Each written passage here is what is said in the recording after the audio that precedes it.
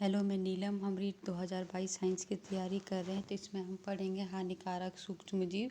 सूक्ष्मजीव अनेक प्रकार के हानिकारक होते हैं। कुछ सूक्ष्मजीव क्या होते हैं जो क्या करते हैं, मनुष्य, जंतुओं एवं पौधों में रोग उत्पन्न करते हैं।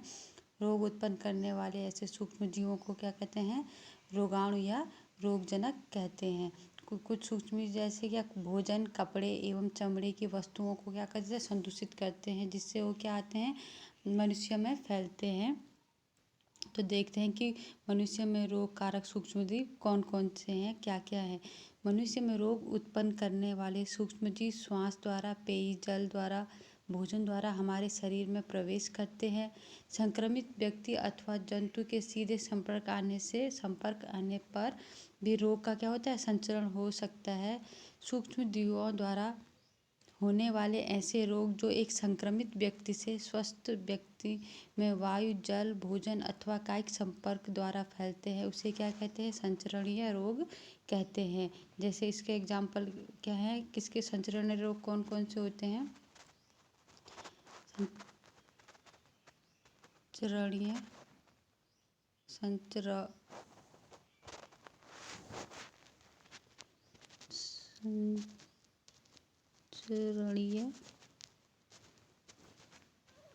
संचरणीय रोग किसे कहते हैं, जो एक व्यक्ति से दूसरे व्यक्ति में पहुंचता है, उसे क्या बोलते हैं, संचरणीय रोग कहते हैं। इसके माध्यम क्या क्या हो सकते हैं, भोजन, वायु, जल या किसी संक्रमित व्यक्ति के माध्यम से क्या फैलते हैं।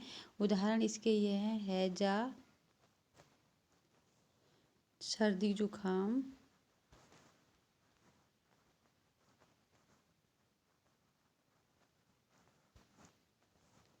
चिकन पॉक्स,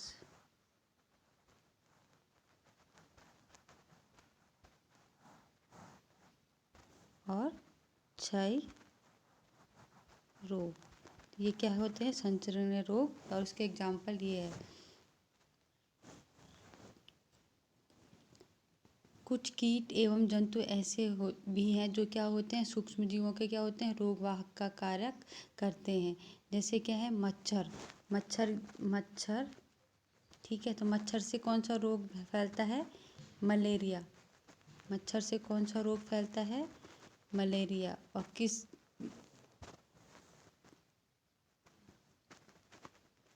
मलेरिया, ठीक है। और किसके, कौन से मच्छर, मादा एनाफ्लीज। किसके कारण, एनाफ्लीज। मलेरिया रोग किससे फैलता है, मादा एनाफ्लीज, ठीक है। और वैसे दूसरा मच्छर डेंगू डेंगू क्या हो गया, मादा एडिस। क्या है, मादा एडिस, ठीक है। डेंगू वायरस का क्या है, वाहक है।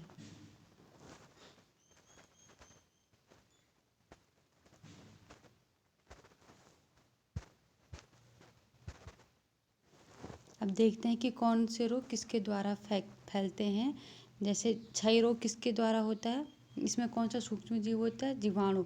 किसके द्वारा फैलते हैं, वायु के द्वारा। और इसके बचाव के उपाय क्या हैं, जब क्या करते हैं, रोगी व्यक्ति को क्या पूरी तरह से क्या करना चाहिए, अलग रखना चाहिए, उसके वस्तुओं को अलग रखना चाहिए, और उसमें क्या करना चाहिए, उसी समय पे टीकाकरण करना चाहिए। वैसे खसरा हो गया, इसे मिसेल्स भी बोलते हैं, किसके द्वारा फैलता है, वायरस के द्वारा। और संचरण का तरीका क्या हो गया, वायु। और इसका बचाव के उपाय भी क्या, वो रोगी व्यक्ति को अलग करना चाहिए। चिकन पॉक्स हो गया, ये किसके द्वारा फैलता है, वायरस के द्वारा फैलता है। और किसके संपर्क में, वायु या पौधे या सीधे संपर्क में, ठीक है। पोलियो भी क्या है, एक वायरस है, और किसके संपर्क में, वायु या जल। फिर नीचे है हैजा। हैजा क्या है, जीवाणु, जल के संपर्क में और या भोजन से हमको हैजा की बीमारी हो सकती है। इसमें क्या करना चाहिए कि व्यक्ति को स्वच्छता और अच्छी आदतों को अपनाना चाहिए। अपने भली भांति भोजन को क्या करना चाहिए, अच्छे ढंग से पकाना चाहिए। और उबाल कर क्या, पेयजल को अच्छे ढंग से, पानी को उबाल कर पीना चाहिए। और टीकाकरण का उचित समय में प्रयोग करना चाहिए, ठीक है। हैजा और टाइफाइड किसके द्वारा फैलते हैं जीवाणु के द्वारा। और इसका स्रोत क्या होगा? संचरण का जल। ठीक है। हेपेटाइटिस ए ये किसके द्वारा फैलता है? वायरस के द्वारा। इसका संचरण का स्रोत क्या है? जल। और इसमें क्या उबले हुए पेयजल का प्रयोग करना चाहिए और टीकाकरण का प्रयोग करना चाहिए। ठीक है। टीकाकरण का हमें क्या करना चाहिए? उचित समय पे इसके उचित समय में टीकाकरण कराना चाहिए। मलेरिया किसके द्वारा फैलता है? बहुत इंपॉर्टेंट क्वेश्चन है। प्रोटोजोआ के द्वारा। क्या बताया था? मादा एनाफ्लीज के द्वारा। और इसके रोकथाम के क्या उपाय हैं कि आप बचाव के क्या उपाय हैं कि हमको क्या करना चाहिए? मच्छरदानी का प्रयोग करना चाहिए। ठीक है। और जो मच्छरों को भगाने वाले रसायन का उपयोग करना चाहिए। कीटनाशक का छिड़काव करना चाहिए। और इनके प्रजनन को रोकने के लिए जल को इकट्ठा नहीं करना चाहिए। जंतुओं में भी रोग व कारक जीवाणु होते हैं। अनेक सूक्ष्मजीव केवल मनुष्य एवं पौधों में ही रोग का कारक नहीं बल्कि दूसरे जंतुओं में भी रोग का उत्पन्न करते हैं। उदाहरण के लिए जैसे क्या हो गया? एंथ्रेक्स। एंथ्रेक्स क्या होता है? मनुष्य एवं मवेशियों में होने वाला भयानक बीमारी है या रोग है जो जीवाणु द्वारा होता है। गाय में खुर एवं मुंह का रोग वायरस द्वारा होता है। जंतुओं में कौन सा होता है? एंथ्रेक्स। ये याद कर लो कि जंतुओं में कौन सा जीवाणु होता है? वो होता है एंथ्रेक्स। पौधों में रोग उत्पन्न करने वाले सूक्ष्मजीव। अब देखो पौधों में भी क्या होते हैं? रोग उत्पन्न करने वाले सूक्ष्म, जैसे गेहूँ, चावल, गन्ना, संतरा, सेब। इन पौधों में क्या होते हैं? सूक्ष्मजीव होते हैं। तो जैसे नींबू में कौन किसके द्वारा होता है? जीवाणु के द्वारा। इसका संचरण का तरीका क्या है? वायु। गेहूं के रस्ट में क्या होता है? कवक होता है। कहाँ पे संचरण का तरीका? वायु या बीज के माध्यम से। इसमें क्या होता था? ये रोग फैलता है। भिंडी का पीत किसके द्वारा होता है? वायरस या कीट के द्वारा। ये तो वायरस के द्वारा फैलता है और कीट के माध्यम से क्या होता है? भिंडी के पीत में क्या होता है? रोग उत्पन्न करते हैं। अब है फूड पॉइजनिंग वो होते हैं जब हम कुछ खाद्य पदार्थ को खाते हैं और उसमें क्या हो जाते हैं? कुछ विषैले पदार्थ उत्पन्न हो जाते हैं। इससे क्या हो जाता है? मनुष्य को क्या हो जाती है कि एक कभी कभी उससे क्या हो जाती है कि उससे उसको उल्टी वगैरह होती है, जिससे उसको क्या हो जाती है? फूड पॉइजनिंग होती है या खाद्य विषाक्त होती है। कभी कभी तो इतनी भयंकर हो जाती है किसी भी मनुष्य की क्या मृत्यु हो सकती है। इसीलिए हमें क्या करना चाहिए? भोजन को संदूषित होने से बचाना चाहिए। हमें साफ सुथरा और स्वच्छता का ध्यान रखना चाहिए। अब है खाद्य परीक्षण। हमें अपने भोजन को बचाने के लिए उसमें सूक्ष्म जीव ना उत्पन्न हो उसके लिए हमें क्या करना चाहिए? खाद्य का परीक्षण करना चाहिए। रासायनिक उपाय। नमक एवं खाद्य तेल का उपयोग सूक्ष्म जीवों की वृद्धि रोकने में किया जाता है, अतः इन्हें परिरक्षक कहते हैं। ठीक है। सबसे अच्छा इम्पोर्टेंट पॉइंट भी है कि हम अपने खाद्य को परीक्षण करने के लिए किसका उपयोग करते हैं? नमक एवं खाद्य तेल का उपयोग करते हैं, जिससे कि इसमें क्या ना हो, ना कोई भी बैक्टीरिया उत्पन्न हो, सूक्ष्म जीव उत्पन्न हो। जैसे हम अचार बनाते हैं तो इसमें क्या करते हैं? Sodium benzoate. बहुत अच्छा क्वेश्चन है कि सोडियम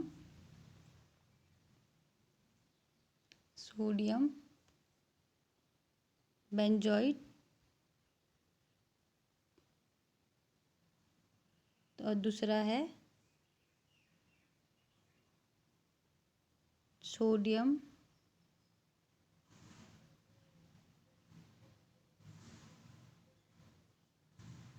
मेटा बाई सल्फाइड।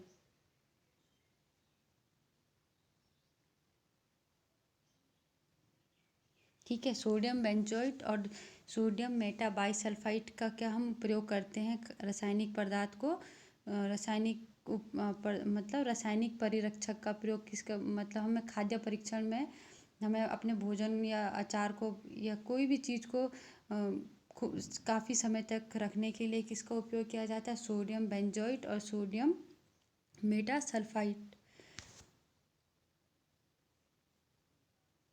एक क्या होता है? नमक द्वारा परीक्षण। हम किसी भी जैसे अपने मांस मछली या परीक्षण में काफ़ी लंबे समय तक रखने के लिए या जीवाणु की वृद्धि को रोकने के लिए हम क्या करते हैं, नमक का प्रयोग करते हैं।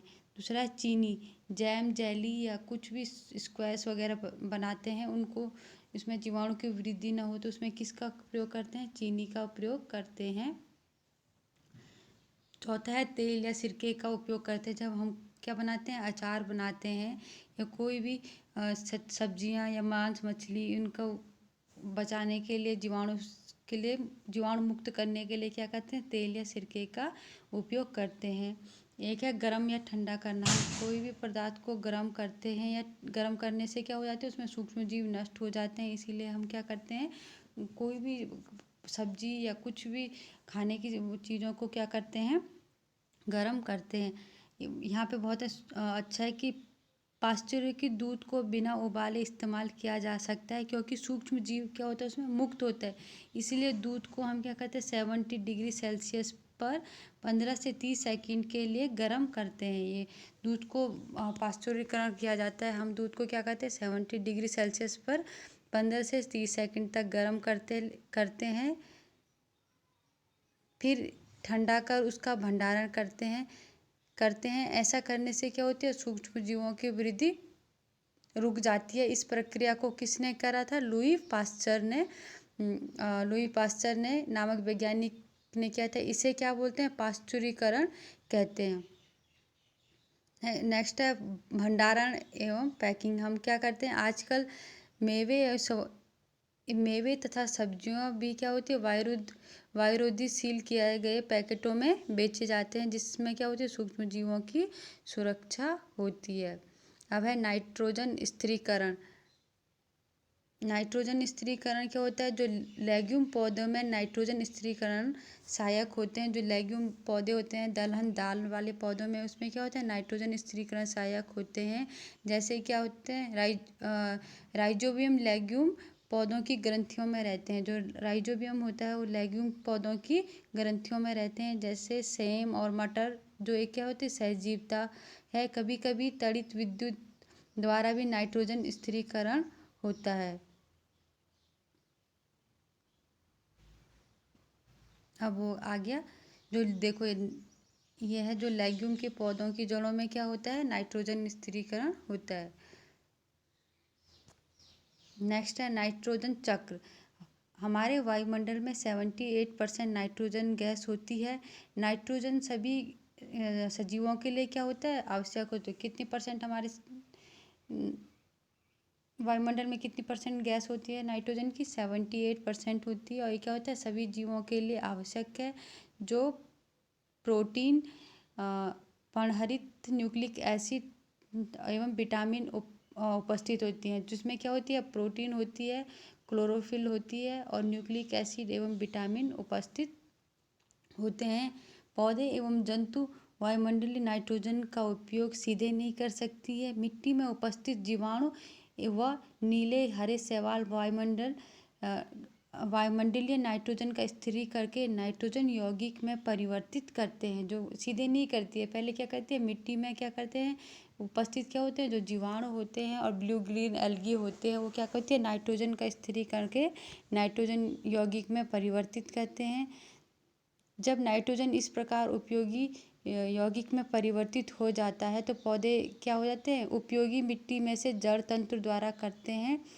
इसके बाद अवशोषित नाइट्रोजन का उपयोग प्रोटीन एवं अन्य यौगिकों के संश्लेषण में करते हैं। पौधों पर निर्भर करने वाले जंतु उनसे प्रोटीन एवं नाइट्रोजन यौगिक प्राप्त करते हैं। बाद में क्या होता है कि जो पौधे एवं जंतु की मृत्यु के बाद वो क्या हो जाते हैं, मिट्टी में उपस्थित जीवाणु एवं कवक नाइट्रोजन अपशिष्टों को नाइट्रोजन यौगिक में क्या कर देते हैं, परिवर्तित कर देते हैं, जो पौधे द्वारा क्या पुनः उपयोग किए जाते हैं। जब पौधे और जंतु क्या हो जाती है, मृत्यु हो जाती है, तो बाद में क्या हो जाती है, मिट्टी में क्या हो जाती है, उपस्थित क्या होते हैं, जो जीवाणु होते हैं वो क्या करते हैं, कवक नाइट्रोजन अपशिष्ट नाइट्रोजन यौगिक में क्या कर देते हैं, उसे परिवर्तित करते हैं। बाद में उसका उपयोग कौन करते हैं, पौधे करते हैं।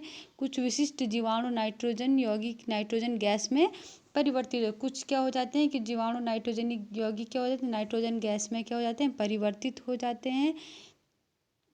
जो क्या हो जाती है, वायुमंडल में क्या हो जाती है, चली जाती है।